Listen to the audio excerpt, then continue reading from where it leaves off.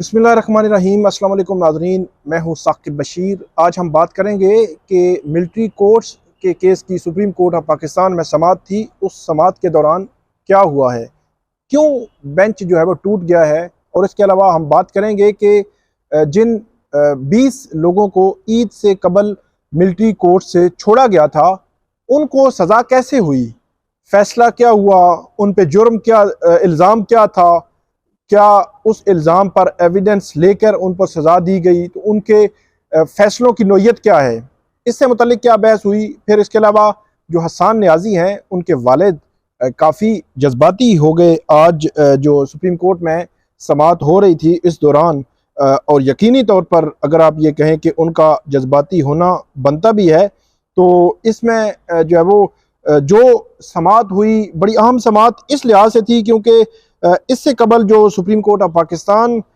में ईद से कबल समाअत हुई थी तो सुप्रीम कोर्ट ने अमेंड कर दिया था उस ऑर्डर को, जो ऑर्डर पहले जो है वो जारी हुआ था। इस सारे तनाजुर पे हम बात करेंगे और इसका फ्यूचर क्या होगा इस सारे केस का। इसके अलावा इसके हवाले से भी हम जो है वो तफसील से बात करते हैं। आप हमारा यूट्यूब चैनल सब्सक्राइब करें, बेल आइकन का बटन प्रेस करें ताकि जब भी हमको वीडियो अपलोड करते हैं तो फ़ौरन आपको उसका लिंक मिल जाया करे।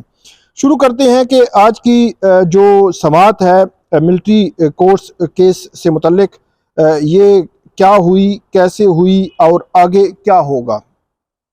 मिलिट्री कोर्ट्स में सिविलियंस के ट्रायल के खिलाफ पहले पटिशनें आई थी सुप्रीम कोर्ट में, तो उस वक्त जस्टिस इजाजुल हसन की सरबराही में बेंच था जिसने सिविलियंस के मिलिट्री ट्रायल्स को गैर आइनी करार दिया था और कलअदम करार दिया था और ट्रायल्स को रोकने का हुक्म दिया था, और ये कहा था कि सिविलियंस जो अदालतें हैं, मतलब एटीसी है, स्पेशल कोर्ट्स है, वहां पे आप इन तमाम मुकदमात को वहां पे भेज दें, मिलिट्री कस्टडी से तमाम लोगों को निकाल कर पुलिस की कस्टडी में दिया जाए। लेकिन हमने देखा तकरीबन 2 से 2.5 माह अपीलें बाद में फाइल हुई, लेकिन इस दौरान सुप्रीम कोर्ट ऑफ पाकिस्तान के उस ऑर्डर को बिल्कुल उस ऑर्डर पे अमल दरामद नहीं हुआ।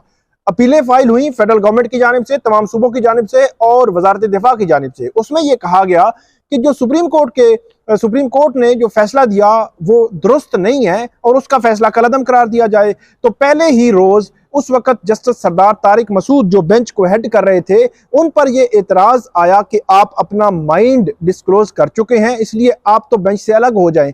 लेकिन वो बेंच से अलग नहीं हुए थे। उन्होंने कहा था कि ये सेटल लॉ है कि आपकी जानिब से एतराज आया है तो को जज ने डिसाइड करना है कि वो बेंच में बैठेगा या नहीं बैठेगा, और वो बेंच में बैठे रहे।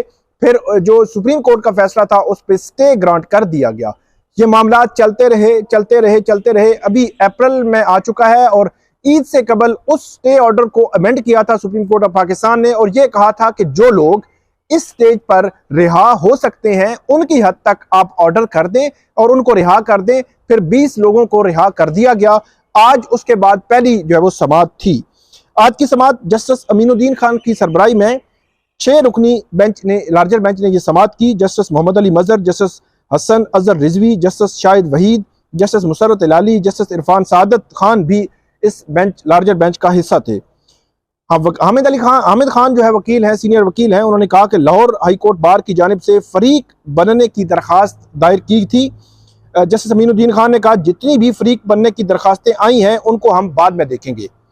जस्टिस अमीनुद्दीन खान ने कहा कि हम पहले अटॉर्नी जनरल को सुनते हैं। अटॉर्नी जनरल ने बोलना शुरू किया और यह कहा कि ईद से कबल कुछ मुल्जमान को रिहा कर दिया गया था और रिहा होने वाले मुल्जमान की तफसीलात जमा करा दी चुकी हैं, मतलब इससे कबल ही वो, क्योंकि ईद से कबल ही ये तफसीलात जो है वो जमा करा दी गई थी। अटॉर्नी जनरल ने यह भी कहा कि ईद से कबल 20 मुल्जमान को रिहा किया गया। जस्टिस मोहम्मद अली मजहर ने पूछा रिहा होने वाले मुल्जमान के खिलाफ अब कोई केस नहीं है। इत्तेजाज अहसन ने कहा कि उन मुल्जमान को सजा याफ्ता करके घर भेज दिया गया। सजा याफ्ता मैंने आपको पिछली वीडियोस में बताया था कि उन तमाम मुल्जमान को 1-1 साल की सजा हुई थी। किसी ने 9.5 माह, किसी ने 10.5 माह कैद मिलिट्री हिरासत में काटी थी, तो 10.5 माह के लिए 1.5 माह और 9.5 माह जिसने कैद काटी थी उसके लिए 2.5 माह। तो जो ये सजा अभी रहती थी इसकी जो रिलैक्सेशन है, जो माफी है, वो आर्मी चीफ ने दी थी इन मुल्जमान की हद तक कि इनको माफी देकर इनको रिहा कर दिया जाए। ये जो सुप्रीम कोर्ट में अटॉर्नी जनरल ने जो मिलिट्री कोर्ट्स के हवाले से सवाल जवाब जमा करवाया था, ये तफसीलात उसमें आई थी। तो यही बात यहाँ पे एतजाज अहसन जो है वो कर रहे हैं कि इन तमाम मुल्ज़िमान को सजा याफ्ता कहकर घर भेज दिया गया, और ये भी कहा कि एक बच्चे को ट्रायल किए बगैर सजा याफ्ता किया गया, वो अब पूछता फिर रहा है, और ये जो कुछ भी हुआ है बड़ा गलत और जल्दबाजी में हुआ है, एतजाज अहसन ने यह कहा। और यह भी कहा कि अटॉर्नी जनरल की काबिलियत इस केस में नजर नहीं आई। जस्टिस अमीनुद्दीन खान ने कहा कि आप जिस लड़के की बात कर रहे हैं वो अटॉर्नी जनरल की जमा कराई गई फहरिस्त में क्या मौजूद है? एतजाज अहसन ने कहा कि वो इसी फहरिस्त में शामिल है, मतलब रिहा हुआ था इससे पहले। अदालत ने अटॉर्नी जनरल के बयान को रिकॉर्ड का हिस्सा बनाया। उसके बाद ये भी जस्टिस मोहम्मद अली मजर जो है वो उनकी जानिब से कहा गया, और इन मुल्ज़मान को सजा याफ्ता, वो बार एतजाज अहसन ने बात जो है वो पॉइंट आउट की थी कि इन मुल्ज़मान को सजा याफ्ता करके जो है वो घर भेजा गया है। और ये भी उन्होंने कहा था कि ये जो कुछ हुआ है बड़ा जो है वो एक ठीक नहीं हुआ, गलत हुआ है, ये उन्होंने अदालत को कहा।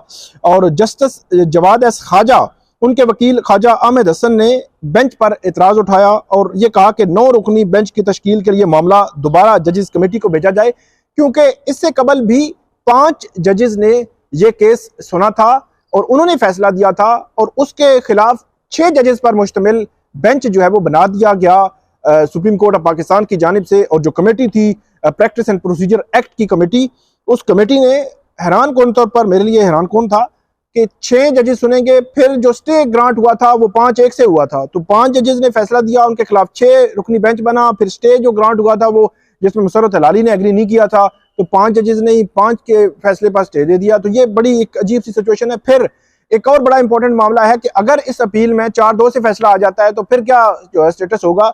इसलिए जो जस्टिस जवाद खाजा हैं उन्होंने ये कहा है कि 9 मेंबर बेंच जो है वो लार्जर बेंच बनना चाहिए।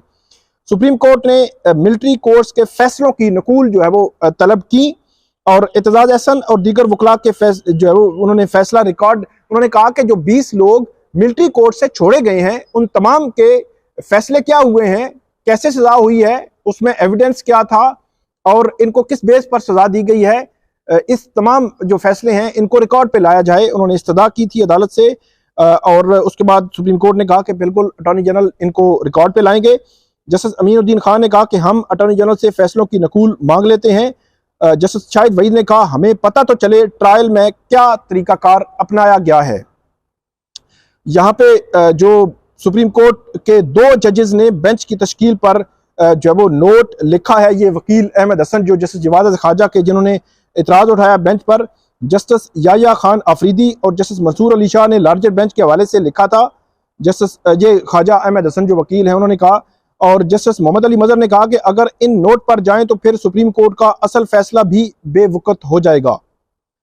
उसके बाद अहमद हसन ने कहा कि मेरी जानिब से जस्टिस सरदार तारिक के बेंच में शामिल होने पर भी इतराज किया गया, और ये भी कहा उन्होंने कि सरदार तारिक के बेंच से अलहदगी के हुक्मनामे में भी लार्जर बेंच तश्कील का लिखा गया। जस्टिस अमीनुद्दीन खान ने कहा कि जजेस की जानिब से लिखे गए नोट अपीलों की समाअत करने वाले बेंच को कैसे पाबंद कर सकते हैं। जस्टिस मोहम्मद अली मजर ने कहा कि जस्टिस याया अफरीदी का ऑब्जर्वेशंस मरकजी फैसले तक जो है वो उनकी ऑब्जर्वेशंस थी, और जस्टिस मुसर्रत हलाली ने कहा कि आप दूसरा नुक्ता बताएं। जस्टिस अमीनुद्दीन खान ने कहा और जस्टिस मुसर्रत हलाली ने कहा कि अगर मौजूदा बेंच का फैसला 3-3 के तनासुब से हुआ तो फिर क्या होगा। वही बात जो मैंने आपको की कि पहले 5 जजेस फैसला कर चुके हैं, अगर 3-3 के तनासुब से आ गया तो फिर क्या बनेगा।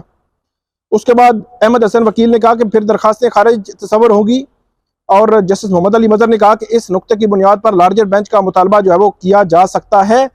और फिर सुप्रीम कोर्ट ने मिलिट्री जो कोर्ट्स हैं केस दोबारा इंतजामी कमेटी को भेजा है। सुप्रीम कोर्ट की जो इंतजामी कमेटी है उसमें जस्टिस काजी फाइज ईसा हैं, चीफ जस्टिस हैं, जस्टिस मंसूर अली शाह हैं और जस्टिस मुनीब अख्तर।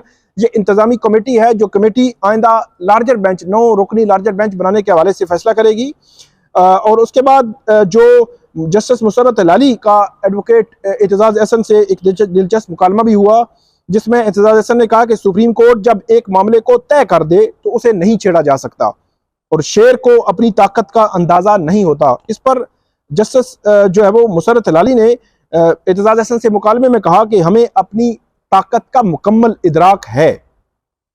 उसके बाद ये जो है वो आज क्योंकि जो मिलिट्री कोर्ट्स में जिनके बच्चे, जिनकी फैमिलीज, जिनके लोग जो है वो वहाँ पे मिलिट्री की हिरासत में हैं, और 103 लोगों में उनका शुमार है, वो जो है वो 20 के अलावा हैं। उनके जो रिश्तेदार थे वो भी आज सुप्रीम कोर्ट में मौजूद थे, उनके वकला भी बड़ी तादाद में मौजूद थे।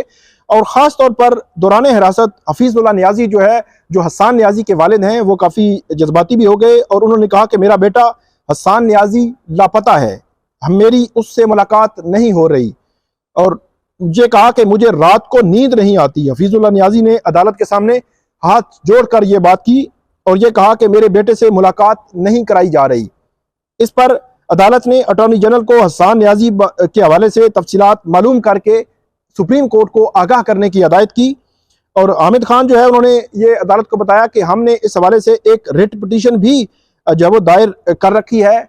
तो इस पर जस्टिस मोहम्मद अली मजहर ने कहा कि अभी तो बेंच पर ही एतराज़ हो रहा है, तो अब मामला जो है वो सुप्रीम कोर्ट का जो अभी दोबारा larger bench, 9 member larger bench की तरफ भेजा गया है, अब उसमें क्या होगा, क्या हो सकता है, ये जो है वो अहम मामला होगा। और ये देखने वाला होगा कि कैसे जो लार्जर बेंच बनता है या आज की जो समाअत है उस हवाले से सुप्रीम कोर्ट का ये बेंच जो है वो क्या ऑर्डर जारी करता है। क्योंकि दो चीज़ें हैं, 20 लोगों को सजा कैसे हुई, क्या उनके फैसले रिकॉर्ड पे लाने का आज के ऑर्डर में शामिल होगा।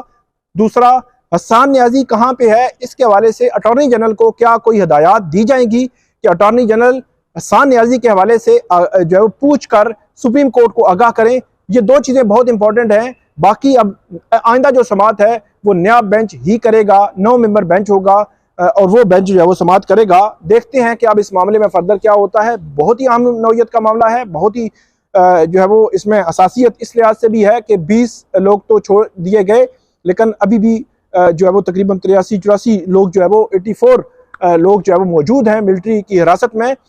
उनके ट्रायल्स का क्या होगा, उनको कब जो है वो छोड़ा जा सकता है, कब उनके फैसले आ सकते हैं, क्या सुप्रीम कोर्ट के साथ नथी रहेगा मामला, ये देखने वाली बातें हैं। क्योंकि उनको मिलिट्री की हिरासत में रहते हुए तकरीबन 11 माह से ज़ायद जो है वो वक्त हो चुका है। आज 24 अप्रैल है और 9 मई, 24 अप्रैल तकरीबन 20 दिन बनते हैं। तो इसका मतलब ये हुआ कि 11 माह 10 दिन हो चुके हैं कि वो मिलिट्री की हिरासत में है। तो बहुत ही अहम मामला है। सुप्रीम कोर्ट को जल्दी लार्जर बेंच तश्कील देकर इस केस का जल्दी ही फैसला करना चाहिए, जाए कि इसको लटका के रखा जाए। तो ये थी आज की अपडेट। उम्मीद है आपको पसंद आएगी। इस पर फीडबैक दीजिएगा। अल्लाह हाफिज़।